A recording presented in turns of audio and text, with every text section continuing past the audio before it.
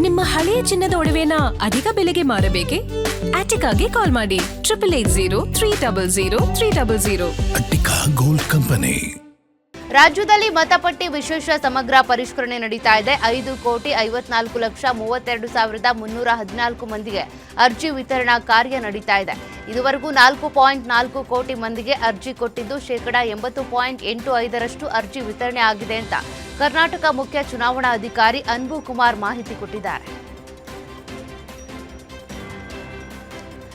July 29ರವರೆಗೆ ಈ ಪ್ರಕ್ರಿಯೆ ನಿರಂತರವಾಗಿ ನಡೆಯಲಿದ್ದು ಇದರಲ್ಲಿ ಎಲ್ಲರೂ ಭಾಗವಹಿಸಬೇಕು. ಎಸ್ಐಆರ್ ಪ್ರಕ್ರಿಯೆ ಸಂಬಂಧ ಈಗ ಕೆಲ ದೂರುಗಳು ಬಂದಿವೆ. ಅದರ ಬಗ್ಗೆ ಜಂಟಿ ಮುಖ್ಯ ಕಾರ್ಯನಿರ್ವಹಣಾ ಅಧಿಕಾರಿ ಪರಿಶೀಲನೆ ಮಾಡುತ್ತಿದ್ದಾರೆ. ಗುಂಪಾಗಿ ಒಂದೇ ಕಡೆ ಅರ್ಜಿ ಕೊಡುವಂತಿಲ್ಲ, ಮನೆ ಮನೆಗೆ ಹೋಗಿ ಕೊಡಲೇಬೇಕು. ಇದ್ರ ಬಗ್ಗೆ ಜಿಲ್ಲಾಧಿಕಾರಿಗಳು ಕ್ರಮ ವಹಿಸುತ್ತಾರೆ ಅಂತ ಕರ್ನಾಟಕ ಮುಖ್ಯ ಚುನಾವಣಾ ಅಧಿಕಾರಿ ಅನ್ಬು ಕುಮಾರ್ ತಿಳಿಸಿದ್ದಾರೆ. ರಾಜ್ಯದ ವಿವಿಧೆಡೆ 10 ಅಧಿಕಾರಿಗಳ ಮನೆಗಳ ಮೇಲೆ ರೇಡ್ ಮಾಡಿದ್ದ ಲೋಕಾಯುಕ್ತ ಅಧಿಕಾರಿಗಳು ಪರಿಶೀಲನೆ ಅಂತ್ಯಗೊಂಡಿದೆ. 7 ಜಿಲ್ಲೆಗಳಲ್ಲಿ ಅಧಿಕಾರಿಗಳಿಗೆ ಸೇರಿದ 54 ಕಡೆ ದಾಳಿ ನಡೆದಿತ್ತು. ರೇಡ್ ವೇಳೆ ಕೋಟಿ ಮೌಲ್ಯದ ಆಸ್ತಿ ಪಾಸ್ತಿ ಪತ್ತೆಯಾಗಿದ್ದು ಆದಾಯ ಮೀರಿದ ಆಸ್ತಿ ಗಳಿಕೆ ಹಿನ್ನೆಲೆ ಪ್ರಕರಣ ದಾಖಲು ಮಾಡಿಕೊಂಡಿದ್ದಾರೆ. ಸಂಪುಟ ವಿಸ್ತರಣೆ ವಿಚಾರವಾಗಿ ರಾಮನಗರದಲ್ಲಿ ಶಾಸಕ ಎಚ್.ಸಿ. ಬಾಲಕೃಷ್ಣ ಪ್ರತಿಕ್ರಿಯೆ ಕೊಟ್ಟಿದ್ದಾರೆ. ಏನೋ ಮಂತ್ರಿ ಆಗೋ ಬಗ್ಗೆ ಆಸೆ ಇಟ್ಕೊಂಡಿದ್ದೇವೆ, ಆದರೆ ಕಾಂಗ್ರೆಸ್ ಪಕ್ಷದಲ್ಲಿ ಗೊತ್ತಲ್ಲ, ದೆಹಲಿಯಲ್ಲಿ ಬರೆದು ಕಳುಹಿಸಿದ್ರೆ ಇಲ್ಲಿನ ಲೀಡರ್ಗಳು ಹೊಡೆದು ಹಾಕ್ತಾರೆ. ಏನು ಮಾಡೋಕ್ಕಾಗಲ್ಲ, ಎಲ್ಲಾ ಪಕ್ಷಗಳಲ್ಲಿ ಇದೇ ಸಮಸ್ಯೆ ಇದೆ. ಮೇಲಕ್ಕೆ ಎತ್ತುವವರು ಕಾಲು ಎಳೆಯೋರು ಜಾಸ್ತಿ ಇದ್ದಾರೆ. ಸಿಎಂ ಯಾರಿಗೂ ಭರವಸೆ ಕೊಟ್ಟಿಲ್ಲ, ಎಲ್ಲ ಹೈಕಮಾಂಡ್ನಲ್ಲೇ ತೀರ್ಮಾನ ಆಗೋದು ಅಂದಿದ್ದಾರೆ. ಸಾರ್ವಜನಿಕರಿಗೆ ಅನುಕೂಲವಾಗುವಂತೆ ಮತ್ತು ಸುಪ್ರೀಂ ಕೋರ್ಟ್ ಸೂಚನೆಯಂತೆ ನೆಲಮಂಗಲ ಟೌನ್ ವ್ಯಾಪ್ತಿಯಲ್ಲಿ ಪಾದಚಾರಿ ಮಾರ್ಗ ಒತ್ತುವರಿ ತೆರವು ಕಾರ್ಯಾಚರಣೆ ಭರದಿಂದ ಸಾಗಿದೆ. ಪ್ರಮುಖ ರಸ್ತೆಗಳಲ್ಲಿ ಅನಧಿಕೃತ ನಿರ್ಮಾಣ ಮತ್ತು ಬೀದಿ ಬದಿ ವ್ಯಾಪಾರಿಗಳಿಂದಾಗಿ ಪಾದಚಾರಿಗಳಿಗೆ ಆಗ್ತಿದ್ದ ಅಡಚಣೆಯನ್ನು ತಪ್ಪಿಸೋಕೆ ಅಧಿಕಾರಿಗಳು ಈ ಕ್ರಮ ಕೈಗೊಂಡಿದ್ದಾರೆ. ಈ ವೇಳೆ ಬೀದಿ ಬದಿ ವ್ಯಾಪಾರಿಗಳು, ಅಂಗಡಿ ಮಾಲೀಕರು ಆಕ್ರೋಶ ಹೊರಹಾಕಿದ್ದಾರೆ. ಶಾಲಾ ವಾಹನದ ಚಕ್ರಕ್ಕೆ ಸಿಲುಕಿ 5 ವರ್ಷದ ಮಗು ಮೃತಪಟ್ಟಿರುವ ಘಟನೆ ಬೆಂಗಳೂರು ಉತ್ತರ ತಾಲೂಕಿನ ದಾಸನಪುರ ಗ್ರಾಮದಲ್ಲಿ ನಡೆದಿದೆ. 5 ವರ್ಷದ ತನಿಷಾ ಶಾಲಾ ವ್ಯಾನ್ಗೆ ಸಿಲುಕಿ ಸ್ಥಳದಲ್ಲೇ ಸಾವನ್ನಪ್ಪಿರುವ ಮಗು ಅಂತೇಳಿ ಗುರುತಿಸಲಾಗಿದೆ. ಅಕ್ಕನನ್ನ ಶಾಲೆಯಿಂದ ಕರೆತರೋದಕ್ಕೆ ತಾಯಿಯ ಜೊತೆ ಹೋಗಿದ್ದ ಮಗು ಶಾಲೆ ಬಳಿ ತಾಯಿ ಜೊತೆ ನಿಂತಿದ್ದ ವೇಳೆ ದುರ್ಘಟನೆ ಸಂಭವಿಸಿದೆ. ಘಟನೆ ಸಂಬಂಧ ಚಿಕ್ಕಬಾಣವಾರ ಸಂಚಾರಿ ಪೊಲೀಸ್ ಠಾಣೆಯಲ್ಲಿ ಪ್ರಕರಣ ದಾಖಲಾಗಿದೆ. ಮಂಡ್ಯದ ಶ್ರೀರಂಗಪಟ್ಟಣದ ಕಾವೇರಿ ನದಿ ದಂಡೆ ಹಾಗೂ ಕೆಆರ್ಎಸ್ ಅಣೆಕಟ್ಟೆ ಬಳಿ ರೈತರು ನದಿಗಿಳಿದು ಪ್ರತಿಭಟನೆ ನಡೆಸಿದ್ದಾರೆ. ಬೆಳೆಗಳಿಗೆ ನೀರು ಬಿಡದೆ ತಮಿಳುನಾಡಿಗೆ ನೀರು ಹರಿಸಲಾಗ್ತಾ ಇದೆ ಅಂತ ಆರೋಪಿಸಿ ರೈತರು ಆಕ್ರೋಶ ಹೊರಹಾಕಿದ್ದು, ರೈತ ನಾಯಕ ನಂಜುಂಡೇಗೌಡ ನೇತೃತ್ವದಲ್ಲಿ ಭೂಮಿ ತಾಯಿ ಹೋರಾಟ ಸಮಿತಿ ರೈತರಿಂದ ಪ್ರತಿಭಟನೆ ಮಾಡಲಾಯಿತು.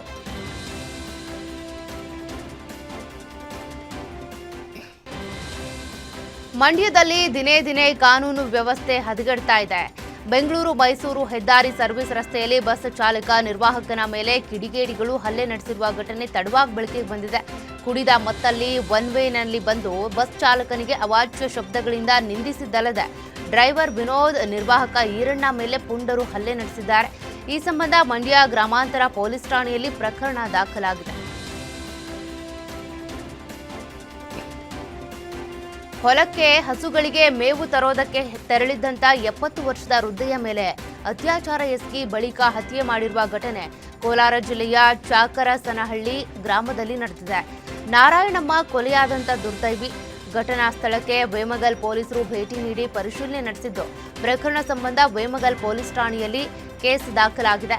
ಇನ್ನು ಸದ್ಯ ಆರೋಪಿಗಳ ಪತ್ತೆಗೆ ಪೊಲೀಸರು ಬಲೆ ಬೀಸಿದ್ದಾರೆ. ಹೆಲ್ಮೆಟ್ನಿಂದ ಹೊಡೆದು ಪತಿಯೇ ಪತ್ನಿಯನ್ನ ಕೊಲೆ ಮಾಡಿರುವ ಘಟನೆ ಹುಬ್ಬಳ್ಳಿಯ ತಾರಿಹಾಳ ಗ್ರಾಮದಲ್ಲಿ ನಡೆದಿದೆ. ನಾಗರತ್ನ ಹಳೆಮನಿ ಪತಿಯಿಂದಲೇ ಕೊಲೆಯಾದ ದುರ್ದೈವಿ. ಶಿವರಾಜ್ ಪತ್ನಿಯನ್ನೇ ಕೊಲೆ ಮಾಡಿದಂಥ ಪಾಪಿ ಪತಿ. ಕಳೆದ ಫೆಬ್ರವರಿಯಲ್ಲಿ ಇವರಿಬ್ಬರು ದಾಂಪತ್ಯ ಜೀವನಕ್ಕೆ ಕಾಲಿಟ್ಟಿದ್ರು. ಬಳಿಕ ಇವರಿಬ್ಬರ ನಡುವೆ ವೈಮನಸ್ಸು ಉಂಟಾಗಿ ಪದೇ ಪದೇ ಜಗಳ ಆಗ್ತಿತ್ತಂತೆ. ಹೀಗೆ ಜಗಳ ವಿಕೋಪಕ್ಕೆ ತಿರುಗಿ ಪತಿ ಶಿವರಾಜ್ ನಾಗರತ್ನಾಳನ್ನ ಹೆಲ್ಮೆಟ್ನಿಂದ ಹೊಡೆದು ಕೊಲೆ ಮಾಡಿದ್ದಾನೆ. ಈ ಸಂಬಂಧ ಹುಬ್ಬಳ್ಳಿ ಗ್ರಾಮೀಣ ಪೊಲೀಸ್ ಠಾಣೆಯಲ್ಲಿ ಪ್ರಕರಣ ದಾಖಲಾಗಿದೆ. ಆಂಬ್ಯುಲೆನ್ಸ್ಗೆ ದಾರಿ ಬಿಡದೆ ನಡು ರಸ್ತೆಯಲ್ಲೇ ವೀಲಿಂಗ್ ಮಾಡಿ ಪುಂಡಾಟ ಮೆರೆದಿದ್ದ ಪ್ರಕರಣ ಸಂಬಂಧ ಯಶವಂತಪುರ ಸಂಚಾರಿ ಪೊಲೀಸರು 6 ಮಂದಿ ಅಪ್ರಾಪ್ತರನ್ನ ವಶಕ್ಕೆ ಪಡೆದಿದ್ದಾರೆ. ಜುಲೈ 4ರ ಮಧ್ಯರಾತ್ರಿ ಈ ಘಟನೆ ನಡೆದಿತ್ತು. ಕೆಲ ಯುವಕರು ರಸ್ತೆಯ ಮಧ್ಯ ವೀಲಿಂಗ್ ಮಾಡ್ತಾ ಆಂಬ್ಯುಲೆನ್ಸ್ಗೂ ದಾರಿ ಬಿಡದೆ ವಾಹನ ಸಂಚಾರಕ್ಕೆ ಅಡ್ಡಿ ಉಂಟು ಮಾಡಿದ್ರು. ಈ ಪ್ರಕರಣವನ್ನು ಗಂಭೀರವಾಗಿ ಪರಿಗಣಿಸಿದ ಯಶವಂತಪುರ ಸಂಚಾರಿ ಪೊಲೀಸರು ತನಿಖೆ ನಡೆಸಿ 6 ಜನ ಅಪ್ರಾಪ್ತರನ್ನ ಗುರುತಿಸಿ ವಶಕ್ಕೆ ಪಡೆದಿದ್ದಾರೆ. ಸ್ವಾಮೀಜಿ ವಿರುದ್ಧ ಪ್ರಶ್ನೆ ಎತ್ತಿದ ವ್ಯಕ್ತಿ ಮೇಲೆ ಹಲ್ಲೆ ಮಾಡಿರುವ ಆರೋಪ ಕೇಳಿಬಂದಿದೆ. ಉತ್ತರ ಕನ್ನಡ ಜಿಲ್ಲೆಯ ಹೊನ್ನಾವರ ಮಠದಲ್ಲಿ ಈ ಘಟನೆ ನಡೆದಿದೆ. ಸ್ವಾಮೀಜಿ ಮೇಲಿನ ಆರೋಪ ಬಗ್ಗೆ ಅಜಿತ್ ಪೋಖಳೆ ಪ್ರಶ್ನೆ ಮಾಡಿದ್ರು. ಪ್ರಶ್ನೆ ಮಾಡ್ತೀಯಾ ಅಂತ ಶಿಷ್ಯರು ಅಜಿತ್ ಪೋಖಳೆ ಮೇಲೆ ಹಲ್ಲೆ ಮಾಡಿದ್ದಾರೆ. ಸದ್ಯ ಘಟನೆ ಬಗ್ಗೆ ದೂರು ಕೊಡೋದಕ್ಕೆ ಅಜಿತ್ ಪೋಖಳೆ ಮುಂದಾಗಿದ್ದಾರೆ.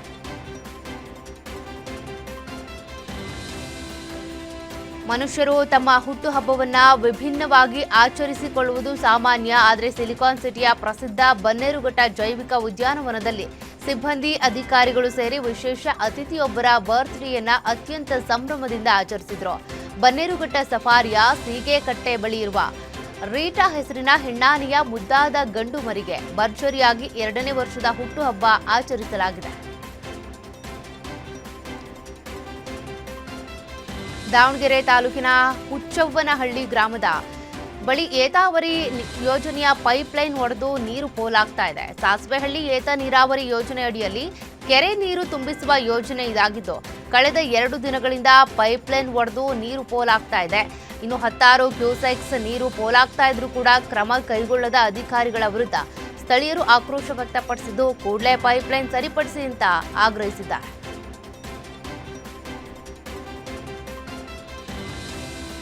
ಕಂದಕಕ್ಕೆ ಕೆಎಸ್ಆರ್ಟಿಸಿ ಬಸ್ ಉರುಳಿ ಬಿದ್ದಿರುವ ಘಟನೆ ಯಾದಗಿರಿ ಜಿಲ್ಲೆ ಸುರಪುರ ತಾಲೂಕಿನ ಸಿದ್ದಾಪುರ ಬಳಿ ನಡೆದಿದೆ. ಸುರಪುರದಿಂದ ಕೆಂಭಾವಿ ಕಡೆ ಹೊರಟಿದ್ದ ಬಸ್ ಕಂದಕಕ್ಕೆ ಉರುಳಿ ಬಿದ್ದಿದ್ದು, ಅದೃಷ್ಟವಶಾತ್ ಬಸ್ನಲ್ಲಿದ್ದ ಸುಮಾರು 60 ಮಂದಿ ಪ್ರಯಾಣಿಕರು ಸೇಫ್ ಆಗಿದ್ದಾರೆ. ಘಟನೆಯಲ್ಲಿ 6 ಮಂದಿಗೆ ಗಾಯಗಳಾಗಿದ್ದು, ಗಾಯಾಳುಗಳನ್ನ ಆಸ್ಪತ್ರೆಗೆ ದಾಖಲಿಸಿ ಚಿಕಿತ್ಸೆ ನೀಡಲಾಗುತ್ತಿದೆ. ಈ ಸಂಬಂಧ ಸುರಪುರ ಪೊಲೀಸ್ ಠಾಣೆಯಲ್ಲಿ ಕಂಪ್ಲೇಂಟ್ ದಾಖಲಾಗಿದೆ. ಯಾದಗಿರಿ ಜಿಲ್ಲೆಯ ನಾರಾಯಣಪುರದಲ್ಲಿರುವಂತಹ ಬಸವಸಾಗರ ಡ್ಯಾಂ ಖಾಲಿ ಹೊಡಿತಾ ಇದ್ದು, ಮತ್ತೊಂದೆಡೆ ಕಾಲುವೆ ಕೂಡ ನೀರಿಲ್ಲದೆ ಖಾಲಿಯಾಗ್ಬಿಟ್ಟಿದೆ. ಕಾಲುವೆ ನೀರನ್ನೇ ನಂಬಿ ಕೃಷಿ ಮಾಡುವ ಅನ್ನದಾತರು ಸಂಕಷ್ಟಕ್ಕೀಡಾಗಿದ್ದಾರೆ. ಬಸವಸಾಗರ ಜಲಾಶಯದಲ್ಲಿ 5 ಟಿಎಂಸಿ ನೀರಷ್ಟೇ ಸಂಗ್ರಹ ಆಗಿದ್ದು ಆತಂಕಕ್ಕೆ ಕಾರಣ ಆಗಿದೆ. ಇದೀಗ ನೀರಿಲ್ಲದೆ ಯಾದಗಿರಿ ರೈತರು ಕಂಗಾಲಾಗಿದ್ದು, ಸರ್ಕಾರವೇ ಸೂಕ್ತ ಪರಿಹಾರ ಕೊಡಬೇಕು ಅಂತ ಆಗ್ರಹಿಸಿದ್ದಾರೆ. ಪಶ್ಚಿಮ ಘಟ್ಟ ಮತ್ತು ಖಾನಾಪುರ ತಾಲೂಕಿನಲ್ಲಿ ಸುರಿಯುತ್ತಿರುವ ಭಾರೀ ಮಳೆಯಿಂದಾಗಿ ಬೆಳಗಾವಿ ಜಿಲ್ಲಾಡಳಿತ ಹಾಗೂ ಅರಣ್ಯ ಇಲಾಖೆಯು ಪ್ರವಾಸಿಗರ ಸುರಕ್ಷತೆಯನ್ನ ಗಮನದಲ್ಲಿಟ್ಟುಕೊಂಡು 9 ಜಲಪಾತಗಳು ಮತ್ತು ಅರಣ್ಯ ಪ್ರದೇಶಗಳಿಗೆ ಸಾರ್ವಜನಿಕರ ಪ್ರವೇಶವನ್ನ ಸಂಪೂರ್ಣವಾಗಿ ನಿರ್ಬಂಧ ಹೇರಲಾಗಿದೆ. ಆದರೂ ಕೊಲ್ಹಾಪುರ ಜಿಲ್ಲೆಯ ಸುಂಡಿ ಕಿತವಾಡ್ ಜಲಪಾತಗಳಲ್ಲಿ ಪ್ರವಾಸಿಗರು ಹುಚ್ಚಾಟ ಕಂಡುಬಂದಿದೆ. ಕಾಫಿನಾಡು ಚಿಕ್ಕಮಗಳೂರಿನಲ್ಲಿ ವರುಣ ಆರ್ಭಟ ಹೆಚ್ಚಾಗಿದ್ದು, ಚಾರ್ಮಾಡಿ ಘಾಟ್ನಲ್ಲಿ ಪ್ರಕೃತಿ ಪ್ರೇಮಿಗಳ ಕಣ್ಮನ ಸೆಳೆಯುತ್ತಿದೆ. ಈ ಬಾರಿ ಬೇಸಿಗೆಯಲ್ಲಿ ಕಾಡ್ಗಿಚ್ಚಿನ ಅಬ್ಬರ ಕಡಿಮೆ ಇದ್ದ ಕಾರಣ ಘಾಟಿಯಾದ್ಯಂತ ಹಸಿರು ಕಂಗೊಳಿಸ್ತಾ ಇದೆ. ವರ್ಷವಿಡೀ ಸುಂದರವಾಗಿರುವ ಚಾರ್ಮಾಡಿ ಮಳೆಗಾಲದಲ್ಲಿ ಮತ್ತಷ್ಟು ಆಕರ್ಷಕ ರೂಪವನ್ನು ತಳೆದಿದೆ. ಸದ್ಯ ಘಾಟಿ ವ್ಯಾಪ್ತಿಯಲ್ಲಿ 2 ಬೃಹತ್ ಜಲಪಾತಗಳು, 10 ಸಾಮಾನ್ಯ ಗಾತ್ರದ ಜಲಪಾತಗಳು ಹಾಗೂ 15ಕ್ಕೂ ಹೆಚ್ಚು ಪುಟ್ಟ ಹಳ್ಳ ತೊರೆಗಳು ಧುಮ್ಮಿಕ್ತಾ ಇವೆ.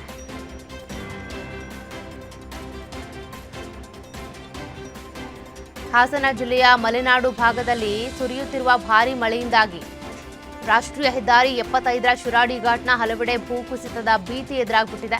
ಇನ್ನು ಮುನ್ನೆಚ್ಚರಿಕಾ ಕ್ರಮವಾಗಿ ಸಕಲೇಶಪುರ ತಾಲೂಕು ಆಡಳಿತವು ಪ್ರವಾಸಿಗರು ಮತ್ತು ಸಾರ್ವಜನಿಕರ ಜಲಪಾತ, ನದಿ ಹಾಗೂ ಗುಡ್ಡಗಾಡು ಪ್ರದೇಶಗಳಿಗೆ ಭೇಟಿ ನೀಡಬಾರದು ಅಂತ ಕಟ್ಟುನಿಟ್ಟಿನ ಆದೇಶವನ್ನು ಹೊರಡಿಸಲಾಗಿದೆ.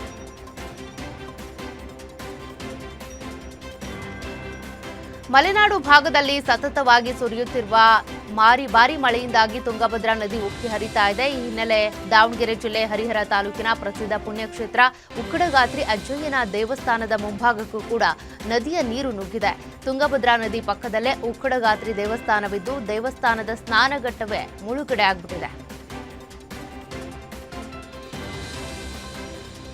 ಮಲೆನಾಡಲ್ಲಿ ಸುರಿಯುತ್ತಿರುವ ಭಾರೀ ಮಳೆಯಿಂದಾಗಿ ದಾವಣಗೆರೆ ಜಿಲ್ಲೆ ಹರಿಹರ ತಾಲೂಕಿನಲ್ಲಿರುವ ತುಂಗಭದ್ರಾ ನದಿ ನೀರಿನ ಪ್ರಮಾಣ ಹೆಚ್ಚಾಗಿದೆ.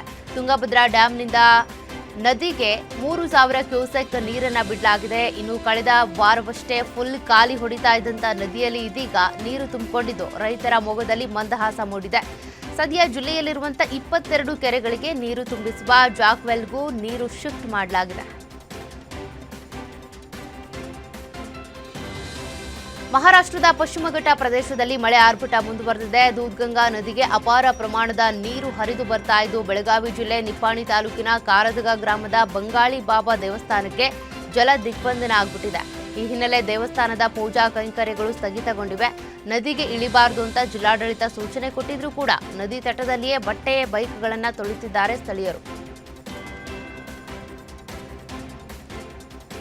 ಕಾವೇರಿ ಜಲಾನಯನ ಪ್ರದೇಶ ಹಾಗೂ ಕೊಡಗಿನಲ್ಲಿ ಮುಂಗಾರು ಮಳೆ ಚುರುಕುಗೊಂಡ ಬೆನ್ನಲ್ಲೇ ಪ್ರಸಿದ್ಧ ಕೃಷ್ಣರಾಜಸಾಗರ ಜಲಾಶಯಕ್ಕೆ ನೀರಿನ ಒಳಹರಿವು ಗಣನೀಯವಾಗಿ ಹೆಚ್ಚಾಗಿದೆ. ಜಲಾಶಯಕ್ಕೆ ಹರಿದು ಬರ್ತಿರುವ ನೀರಿನ ಪ್ರಮಾಣದಲ್ಲಿ ದೊಡ್ಡ ಮಟ್ಟದ ಏರಿಕೆ ಕಂಡುಬಂದಿದ್ದು, ಕಳೆದ ಕೆಲವು ದಿನಗಳಿಂದ ಜಲಾನಯನ ಪ್ರದೇಶದಲ್ಲಿ ಸುರಿಯುತ್ತಿರುವ ಸತತ ಮಳೆಯಿಂದಾಗಿ ಡ್ಯಾಂಗೆ ಸದ್ಯ 7,531 ಕ್ಯೂಸೆಕ್ ಒಳಹರಿವು ದಾಖಲಾಗಿದೆ.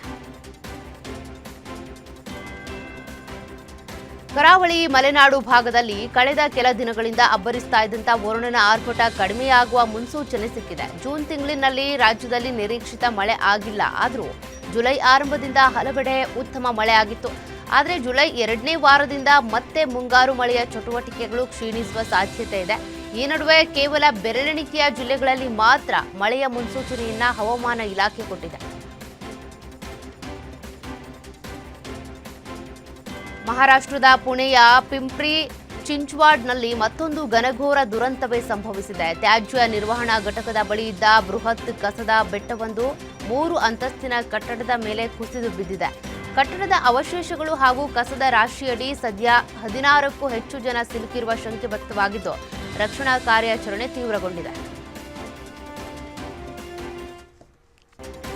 ಕೇರಳದ ವಯನಾಡಿನ ಮೆಪ್ಪಾಡಿ ಕಲ್ಲಾಡಿ ಪರಿಸರ ನೋಡ್ತಾ ಇದ್ದಂತೆಯೇ ಸುನಾಮಿಯಂತೆ ಕೆಸರು ಮಿಶ್ರಿತ ಮಣ್ಣಿನ ರಾಶಿ ನುಗ್ಗಿ ಬಂದಿದೆ.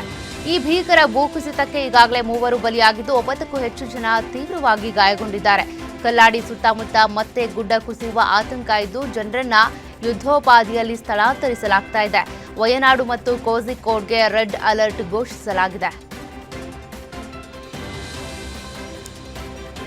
ಮಹಾರಾಷ್ಟ್ರ ಬಳಿಕ ಗುಜರಾತ್, ರಾಜಸ್ಥಾನದಲ್ಲೂ ವರುಣಾರ್ಭಟ ಹೆಚ್ಚಾಗಿದ್ದು ಗಾಳಿ ಸಹಿತ ಭಾರೀ ಮಳೆಗೆ ಹಲವು ಜಿಲ್ಲೆಗಳು ಜಲಾವೃತಗೊಂಡಿವೆ. ಗುಜರಾತ್ನ ಸೂರತ್, ವಲ್ಸಾದ್, ನವಸಾರಿಯಲ್ಲಿ ಪ್ರವಾಹ ಸೃಷ್ಟಿಯಾಗಿದ್ದು ಸೂರತ್ ಜಿಲ್ಲೆಯೊಂದರಲ್ಲೇ 5 ಮರಣ ಮಳೆಗೆ ಬಲಿಯಾಗಿದ್ದಾರೆ.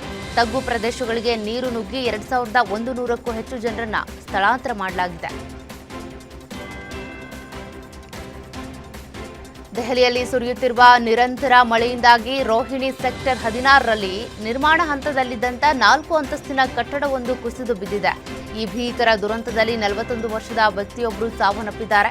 ಕಟ್ಟಡದ ಮಾಲೀಕ ಸೇರಿದಂತೆ 4 ಜನರು ಇನ್ನೂ ಅವಶೇಷಗಳ ಅಡಿಯಲ್ಲಿ ಸಿಲುಕಿಕೊಂಡಿದ್ದು ಅವರಿಗಾಗಿ ಶೋಧ ಕಾರ್ಯಾಚರಣೆ ಮುಂದುವರೆದಿದೆ.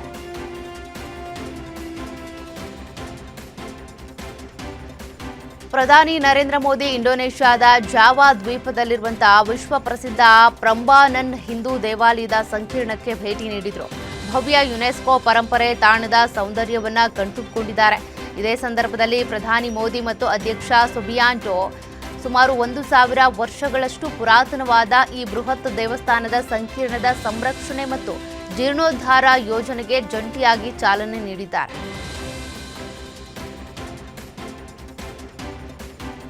3 ರಾಷ್ಟ್ರಗಳ ಪ್ರವಾಸದ 2ನೇ ಹಂತವಾಗಿ ಪ್ರಧಾನಿ ನರೇಂದ್ರ ಮೋದಿ 3 ದಿನಗಳ ಅಧಿಕೃತ ಭೇಟಿಗಾಗಿ ಆಸ್ಟ್ರೇಲಿಯಾಗೆ ಆಗಮಿಸಿದ್ದಾರೆ. ಈ ವೇಳೆ ಆಸ್ಟ್ರೇಲಿಯಾದ ಅನಿವಾಸಿ ಭಾರತೀಯರು ಅವರಿಗೆ ಅತ್ಯಂತ ಅದ್ಧೂರಿ ಸ್ವಾಗತ ಕೋರಿದ್ದಾರೆ.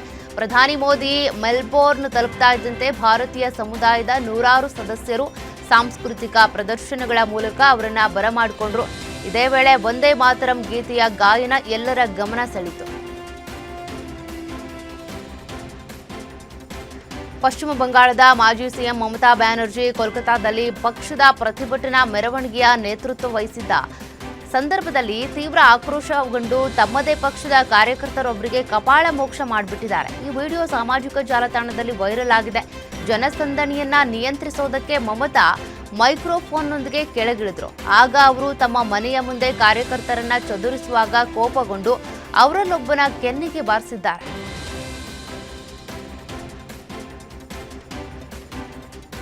ತಮಿಳುನಾಡು ಸಿಎಂ ಜೋಸೆಫ್ ವಿಜಯ್ ಅವರು ಯಾವುದೇ ಪೂರ್ವ ಸೂಚನೆ ಇಲ್ಲದೆ ಚೆನ್ನೈನ ಎಗ್ಮೋರ್ನಲ್ಲಿರುವಂತಹ ಮಕ್ಕಳ ಆರೋಗ್ಯ ಮತ್ತು ಮಕ್ಕಳ ಆಸ್ಪತ್ರೆಯನ್ನು ಅನಿರೀಕ್ಷಿತವಾಗಿ ಭೇಟಿ ನೀಡಿ ಪರಿಶೀಲಿಸಿದರು. ಭೇಟಿಯ ಸಮಯದಲ್ಲಿ ಅವರು ಆಸ್ಪತ್ರೆಯ ಸೌಲಭ್ಯಗಳನ್ನು ಪರಿಶೀಲನೆ ಮಾಡಿದ್ದು ಮಕ್ಕಳಿಗೆ ಒದಗಿಸಲಾಗುತ್ತಿರುವ ಆರೋಗ್ಯ ಸೇವೆಗಳನ್ನು ಪರಿಶೀಲಿಸಿದರು. ಆಸ್ಪತ್ರೆಯಲ್ಲಿನ ಅವ್ಯವಸ್ಥೆ ಕುರಿತಂತೆ ಮಹಿಳೆಯೊಬ್ಬರು ಮಾಡಿದ್ದ ವಿಡಿಯೋ ಸಾಮಾಜಿಕ ಮಾಧ್ಯಮಗಳಲ್ಲಿ ವೈರಲ್ ಆಗಿತ್ತು. ಕೂಡಲೇ ಸಿಎಂ ಜೋಸೆಫ್ ವಿಜಯ್ ಆಸ್ಪತ್ರೆಗೆ ಭೇಟಿ ನೀಡಿ ಪರಿಶೀಲಿಸಿದ್ದಾರೆ.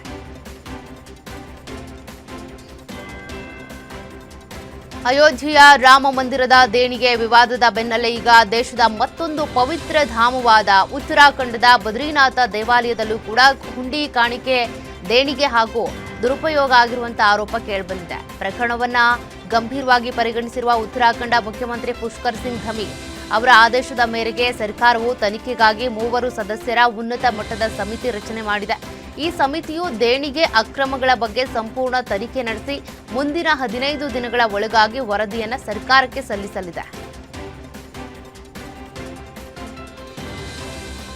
ಕಲ್ಯಾಣ್ ಡೊಂಬಿವ್ಲಿ ಮುನ್ಸಿಪಲ್ ಕಾರ್ಪೊರೇಷನ್ ವ್ಯಾಪ್ತಿಯ ಶಾಸ್ತ್ರಿನಗರ ಆಸ್ಪತ್ರೆಯಲ್ಲಿ ವೈದ್ಯರು ಆಸ್ಪತ್ರೆಯ ಸಿಬ್ಬಂದಿ ಮೇಲೆ ಹಲ್ಲೆ ನಡೆಸಿದ ಆರೋಪದ ಮೇಲೆ ಶಿವಸೇನಾ ಕಾರ್ಪೊರೇಟರ್ ರಮೇಶ್ ಮಾತ್ರೆ ಅವರನ್ನು ಬಂಧಿಸಲಾಗಿದೆ. ಈ ಘಟನೆಗೆ ಸಂಬಂಧಪಟ್ಟಂತೆ ರಮೇಶ್ ಮಾತ್ರೆ ಸೇರಿದಂತೆ 6 ಜನರ ವಿರುದ್ಧ ಪೊಲೀಸ್ ಮೊಕದ್ದಮೆ ದಾಖಲಾದ ಬೆನ್ನಲ್ಲೇ ಈ ರೀತಿ ಬಂಧಿಸಲಾಗಿದೆ. ದೇಶಾದ್ಯಂತ ಭಾರೀ ಆಕ್ರೋಶಕ್ಕೆ ಕಾರಣವಾಗಿದ್ದ ಬುರುಯಿಪುರ್ ಅತ್ಯಾಚಾರ ಕೊಲೆ ಪ್ರಕರಣದ ಆರೋಪಿ ಪ್ರಭಾಸ್ ಮಂಡಲ್ ಪೊಲೀಸ್ ಎನ್ಕೌಂಟರ್ನಲ್ಲಿ ಮೃತಪಟ್ಟಿದ್ದಾನೆ. ತಡರಾತ್ರಿ ಪೊಲೀಸರ ರಿವಾಲ್ವರ್ ಕಸಿದು ತಪ್ಪಿಸಿಕೊಳ್ಳೋದಕ್ಕೆ ಯತ್ನಿಸಿದಾಗ ಆತ್ಮರಕ್ಷಣೆಗಾಗಿ ಗುಂಡು ಹಾರಿಸಿದ್ದಾರೆ. ಮಗನ ಕೃತ್ಯಕ್ಕೆ ತಾಯಿಯೇ ಆಕ್ರೋಶ ವ್ಯಕ್ತಪಡಿಸಿ ಆ ಹುಡುಗಿಯನ್ನ ಹಿಂಸಿಸಿದ್ದವನು ಸತ್ತಿದ್ದೇ ಒಳ್ಳೆದಾಯ್ತು, ಅವನ ಶವವನ್ನ ಮನೆಗೆ ತರೋದಕ್ಕೆ ಹೋಗಬೇಡಿ ಅಂತೇಳಿ ಕಣ್ಣೀರಿಟ್ಟಿದ್ದಾರೆ. ಕಳೆದೊಂದು ವಾರದಿಂದ ಪಾಕಿಸ್ತಾನ ಸಿಂಧೂ ನದಿ ನೀರು ಹಂಚಿಕೆ ಒಪ್ಪಂದವನ್ನು ರದ್ದುಗೊಳಿಸಿದ್ದಕ್ಕೆ ಭಾರತದ ವಿರುದ್ಧ ಆಕ್ರೋಶ ಹೊರಹಾಕಿತ್ತು. ಪಾಕಿಸ್ತಾನದ ಪಾಲಿನ ನೀರನ್ನ ಭಾರತ ಕಸಿದುಕೊಂಡಿದೆ ಅಂತ ರೋಧಿಸ್ತಾ ಇತ್ತು. ಜಮ್ಮು ಮತ್ತು ಕಾಶ್ಮೀರದ ಡೋಡಾ ಕಿಶ್ತ್ವಾರ್ ಪ್ರದೇಶದಲ್ಲಿ ಸತತವಾಗಿ ಸುರಿಯುತ್ತಿರುವ ಭಾರೀ ಮಳೆಯಿಂದಾಗಿ ಚೆನಾಬ್ ನದಿಯಲ್ಲಿ ನೀರಿನ ಮಟ್ಟ ಹೆಚ್ಚಾಗಿದ್ದು ಬಾಗ್ಲಿಹಾರ್ ಅಣೆಕಟ್ಟಿನ 3 ಗೇಟ್ಗಳನ್ನು ಭಾರತ ತೆರೆದಿದೆ. ಅಮೆರಿಕದ ಅಧ್ಯಕ್ಷ ಡೊನಾಲ್ಡ್ ಟ್ರಂಪ್ ಇರಾನ್ ಜೊತೆಗಿನ ಕದನ ವಿರಾಮ ಅಂತ್ಯಗೊಂಡಿದೆ ಅಂತ ಘೋಷಿಸಿದ್ದಾರೆ. ಇದೀಗ ಇನ್ನೊಂದು ಎಚ್ಚರಿಕೆಯನ್ನು ನೀಡಿದ್ದು ತಡರಾತ್ರಿಯೇ ಇರಾನ್ ಮೇಲೆ ಅಮೆರಿಕ ಮತ್ತೊಂದು ದಾಳಿ ನಡೆಸಿದೆ. ಟರ್ಕಿಯ ಅಂಕಾರಾದಲ್ಲಿ ನಡೆಯುತ್ತಿರುವ ನ್ಯಾಟೋ ಶೃಂಗಸಭೆಯಲ್ಲಿ ಮಾತನಾಡಿದ ಡೊನಾಲ್ಡ್ ಟ್ರಂಪ್, ಹಾರ್ಮುಜ್ ಜಲಸಂಧಿಯಲ್ಲಿ ಇರಾನ್ ಪಡೆಗಳು ಹಡಗುಗಳ ಮೇಲೆ ನಡೆಸಿದ ದಾಳಿಯು ಸಂಘರ್ಷವನ್ನು ಕೊನೆಗೊಳಿಸುವುದಕ್ಕೆ ಎರಡೂ ದೇಶಗಳು ಮಾಡಿಕೊಂಡಿದ್ದ ಒಪ್ಪಂದದ ಸ್ಪಷ್ಟ ಉಲ್ಲಂಘನೆ ಆಗಿದೆ ಅಂತ ಆಕ್ರೋಶ ಹೊರಹಾಕಿದ್ದಾರೆ. ಅಮೆರಿಕದ ಬೆದರಿಕೆಗಳಿಗೆ ಇರಾನ್ ಕೂಡ ಅಷ್ಟೇ ತೀಕ್ಷ್ಣವಾಗಿ ಪ್ರತಿಕ್ರಿಯಿಸಿದೆ. ಇರಾನ್ನ ಸುಪ್ರೀಂ ನಾಯಕರ ಹಿರಿಯ ಸಲಹೆಗಾರರಾದ ಅಲಿ ಅಕ್ಬರ್ ವೆಲಾಯತಿ ಪ್ರತಿಕ್ರಿಯೆ ಕೊಟ್ಟಿದ್ದು, ಗಲ್ಫ್ ವಲಯದಲ್ಲಿ ಮತ್ತೆ ಯುದ್ಧದ ವಾತಾವರಣ ಸೃಷ್ಟಿಯಾಗೋಕೆ ಅಮೆರಿಕವೇ ಕಾರಣ ಅಂತ ನೇರವಾಗಿ ಆರೋಪಿಸಿದರು. ಡೊನಾಲ್ಡ್ ಟ್ರಂಪ್ ಅವರ ಒಪ್ಪಂದದ ರದ್ದತಿ ಘೋಷಣೆ ಇಡೀ ದೇಶವನ್ನ ಮತ್ತೆ ಬೆಂಕಿಯ ಜ್ವಾಲೆಗೆ ತಳ್ಳಿದೆ ಅಂತ ಕೂಡ ಕಿಡಿಕಾರಿದ್ದಾರೆ. ಇರಾನ್ ಅಮೆರಿಕ ನಡುವಿನ ಸಂಘರ್ಷ ಕೆಲವು ದಿನಗಳ ಬಿಡುವಿನ ಬಳಿಕ ಮತ್ತೆ ತಾರಕಕ್ಕೇರಿದೆ. ಈ ಪರಿಸ್ಥಿತಿ ಬಗ್ಗೆ ಭಾರತ ತೀವ್ರ ಕಳವಳ ವ್ಯಕ್ತಪಡಿಸಿದೆ. ಅಂತಾರಾಷ್ಟ್ರೀಯ ಜಲಮಾರ್ಗದಲ್ಲಿ ಸಾಗುವ ವಾಣಿಜ್ಯ ಹಡಗಿನ ಮೇಲೆ ದಾಳಿಯ ನಂತರ ಪಶ್ಚಿಮ ಏಷ್ಯಾದಲ್ಲಿ ಉದ್ವಿಗ್ನ ಪರಿಸ್ಥಿತಿ ಹೆಚ್ಚಾಗಿದೆ. ಇಂತಹ ಬೆಳವಣಿಗೆಗಳು ಪ್ರಾದೇಶಿಕ ಶಾಂತಿ, ಭದ್ರತೆ, ಸ್ಥಿರತೆಯನ್ನು ಹಾಳು ಮಾಡುತ್ತವೆ ಮತ್ತು ಜಾಗತಿಕ ಇಂಧನ ಸರಬರಾಜು, ಕಡಲ ವಾಣಿಜ್ಯದ ಅಡೆತಡೆ ಇಲ್ಲದೆ ಹರಿವಿಗೆ ಬೆದರಿಕೆ ಒಡ್ಡುತ್ತವೆ ಅಂತೇಳಿ ವಿದೇಶಾಂಗ ಸಚಿವಾಲಯ ತಿಳಿಸಿದೆ.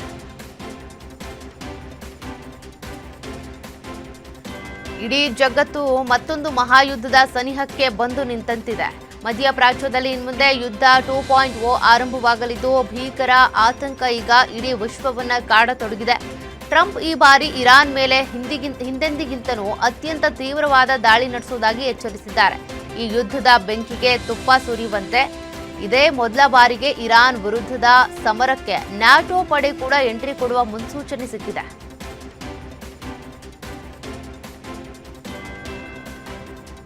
ಪಶ್ಚಿಮ ಏಷ್ಯಾದಲ್ಲಿ ಮತ್ತೊಮ್ಮೆ ಯುದ್ಧದ ವಾತಾವರಣ ನಿರ್ಮಾಣವಾಗಿದೆ. ಇದು ಜಗತ್ತಿನಾದ್ಯಂತ ಮತ್ತೊಮ್ಮೆ ಆತಂಕವನ್ನ ಸೃಷ್ಟಿಸಿದೆ. ಪರಸ್ಪರ ಭೀಕರ ರಾಕೆಟ್ ಮತ್ತು ಕ್ಷಿಪಣಿ ದಾಳಿಗಳ ಬೆನ್ನಲ್ಲೇ ಅಮೆರಿಕದ ಅಧ್ಯಕ್ಷ ಡೊನಾಲ್ಡ್ ಟ್ರಂಪ್ ಇರಾನ್ ಜೊತೆಗಿನ ಮಧ್ಯಂತರ ಕದನ ವಿರಾಮ ಅಧಿಕೃತವಾಗಿ ಅಂತ್ಯಗೊಂಡಿದೆ ಅಂತ ಘೋಷಿಸಿದ್ದಾರೆ.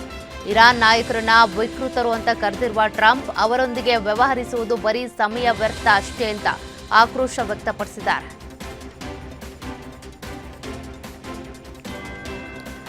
ಹಾರ್ಮುಜ್ ಜಲಸಂಧಿಯಲ್ಲಿ ಇರಾನ್ ಪಡೆಗಳು 3 ವಾಣಿಜ್ಯ ಸರಕು ಹಡಗುಗಳ ಮೇಲೆ ಕ್ಷಿಪಣಿ ಡ್ರೋನ್ ದಾಳಿ ನಡೆಸಿದ ಬೆನ್ನಲ್ಲೇ ಅಮೆರಿಕ ಸೇನೆ ಇರಾನ್ ವಿರುದ್ಧ ಅತ್ಯಂತ ಪ್ರಬಲ ಮತ್ತು ಭೀಕರ ವಾಯುದಾಳಿ ಆರಂಭಿಸಿದೆ. ಈ ಹಠಾತ್ ಬೆಳವಣಿಗೆಯಿಂದಾಗಿ ಉಭಯ ದೇಶಗಳ ನಡುವಿನ ಯುದ್ಧವನ್ನು ಕೊನೆಗೊಳಿಸುವುದಕ್ಕೆ ನಡೀತಿದ್ದ ಮಧ್ಯಂತರ ಶಾಂತಿ ಒಪ್ಪಂದ ಸಂಪೂರ್ಣವಾಗಿ ಹಳಿ ತಪ್ಪುವ ಭೀತಿ ಎದುರಾಗಿದೆ. ಮತ್ತೆ ಯುದ್ಧ ಸೃಷ್ಟಿಯಾಗೋದ್ರಿಂದ ಜಾಗತಿಕ ಮಾರುಕಟ್ಟೆಯಲ್ಲಿ ಕಚ್ಚಾ ತೈಲಗಳ ಬೆಲೆಗಳು ತಕ್ಷಣವೇ 2.5% ಹೆಚ್ಚು ಏರಿಕೆಯಾಗಿವೆ.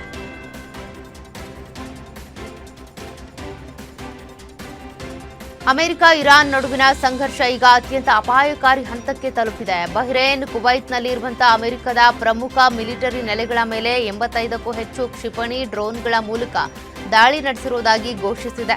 ಇದೇ ವೇಳೆ ಕಾರ್ಯಾಚರಣೆಗೆ ಅಡ್ಡಿಪಡಿಸುವುದಕ್ಕೆ ಬಂದ ಅಮೆರಿಕದ ಅತ್ಯಾಧುನಿಕ MQ-9 ರೀಪರ್ ಡ್ರೋನ್ ಅನ್ನ ಹೊಡೆದುರುಳಿಸಿರುವುದಾಗಿಯೂ ಕೂಡ ಇರಾನ್ ತಿಳಿಸಿದೆ.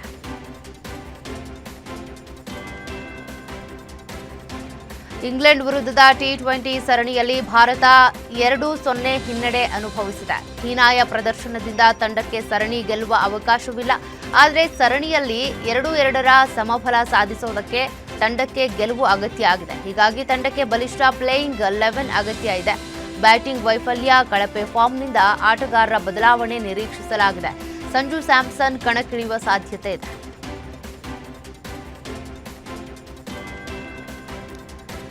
ಪುಟ್ಟ ಅಭಿಮಾನಿ ನಿರಂಜನ್ ನಿಧನಕ್ಕೆ ಆಂಧ್ರಪ್ರದೇಶದ ಉಪಮುಖ್ಯಮಂತ್ರಿ ಪವನ್ ಕಲ್ಯಾಣ್ ಸಂತಾಪ ಸೂಚಿಸಿದ್ದಾರೆ. ಚಿಕಿತ್ಸೆ ಫಲಕಾರಿಯಾಗದೆ ಪೊನುಗಂಟಿ ನಿರಂಜನ್ ನಿಧನರಾಗಿದ್ರು. ಈ ಬಗ್ಗೆ ಪೋಸ್ಟ್ ಮಾಡಿರುವ ಪವನ್ ಕಲ್ಯಾಣ್, ಕೆಲವು ದಿನಗಳ ಹಿಂದೆ ನಾನು ಹನುಮಕೊಂಡದಲ್ಲಿರುವ ನಿರಂಜನ್ ಅವರ ಮನೆಗೆ ಹೋದ ಆ ಕ್ಷಣಗಳು ಇನ್ನೂ ನನ್ನ ಮನಸ್ಸಿನಲ್ಲಿ ಎದ್ದು ಕಾಣುತ್ತಿವೆ. ಅಂತಹ ಧೈರ್ಯಶಾಲಿ ವ್ಯಕ್ತಿ ಇಷ್ಟು ಬೇಗ ನಮ್ಮನ್ನ ಅಗಲಿದ್ದು ತುಂಬಾ ದುಃಖಕರ. ಆ ಪುಟ್ಟ ಅಭಿಮಾನಿಯ ನಗು ಮತ್ತು ಹಂಚಿಕೊಂಡ ಪ್ರೀತಿ ನನ್ನ ಹೃದಯದಲ್ಲಿ ಶಾಶ್ವತವಾಗಿ ಉಳಿಯುತ್ತೆ ಅಂತ ಬರೆದುಕೊಂಡಿದ್ದಾರೆ.